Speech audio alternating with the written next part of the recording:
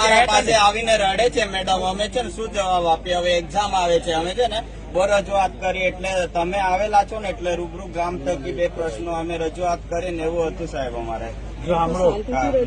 શાંતિથી જ કરીએ છીએ મેડમ, આ પોલીસ વાળા અમને આવા નહીં દેતા, અમે શાંતિથી રજૂઆત કરીએ. જિલ્લા શિક્ષણ અધિકારી આવી એક વસ્તુ પહેલા તો સમજો, આ મોડલ સ્કૂલ પણ અમે જ લાયા છે, અમે જ લાયા છે. નવું હોય ત્યાં બધી તકલીફ રહેવાની છે. જગ્યાનો પ્રશ્ન હતો, આખા ગુજરાતમાં મોડલ સ્કૂલો નવી નવી ઠેર ઠેર નવી સ્કૂલો નવી, એટલે પ્રશ્ન રહેવાનો. અને અધિકારી તરત મોકલ્યા છે, બેન પણ આવ્યા હતા. બધા જે પણ પ્રશ્નો છે એ દિવસે એ લોકો ઉપસ્થિત નતા સાહેબ, અને બીજા ગામ લોકો ઉપસ્થિત હતા. તમે છે ને જેટકોની જમીન બાબતે આવ્યા હતા, મેં છે ને પ્રાંત સરને એક વસ્તુ સાંભળો, આ જેટકોની જમીન બાબતમાં ગામ લોકોએ ખૂબ જ વિરોધ કર્યો હતો. ના, વિરોધ નહીં કર્યો સાહેબ. હવે સ્કૂલના હોય અને જેટકો બનાવો, અમને શાળાની જરૂર છે. જેટકો ભાઈ સાંભળ, જેટકોની પણ તેટલી જરૂર છે. આ વિસ્તારના ખેડૂતોને સિંચાઈને બહુ મોટી પ્રશ્ન છે.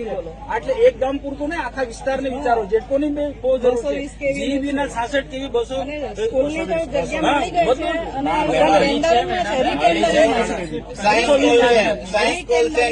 બધા પ્રશ્નો બધું ઉકેલીશું, બધું ઉકેલું. બધું કોઈ બાકી નથી રાખવાના, કોઈ બાકી નથી રાખવાનું, કોઈ બાકી નથી રાખવાનું. સ્કૂલના બાળકો પ્રાથમિક શાળામાં ભણે છે, બરાબર. અમને દુઃખ થાય છે ગામના નાગરિક તરીકે. એ વૈકલ્પિક છે, મકાન બની જશે એટલે આપણે બધી સુવિધા મળવાની છે. 12 કરોડ રૂપિયાની શાળા મંજૂર થઈ છે. હવે આપણે ટેન્ડર થઈ જશે ને બિલ્ડિંગ બની જાય એટલે તપાસ કરો.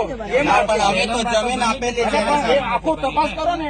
તમારા હાથી સલમમાં જમીન આપેલી છે. બીજું કારણ બધા ગાણા કાઢો. તમે ટેન્ડરિંગ થયું છે. તમે જ્યાં સહયોગ આપવાનો તે આપતા નથી.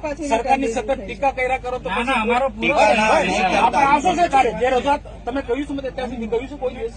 અમે પ્રાંતશ્રીને પ્રાંતને મને કીધું છે કોઈ વખત, પંચાયતને બી આપી મને કીધું છે પંચાયતની, મને કીધું હવે સર અમે જેને વોટ આપીએ એમને રજૂઆત કરવાની જવાબદારી એવું થયું ને. એવું કઈ વાત વાત કરે યાર, ભાઈ કે વાત કરે છે યાર, બહુ સારી વાત કરે.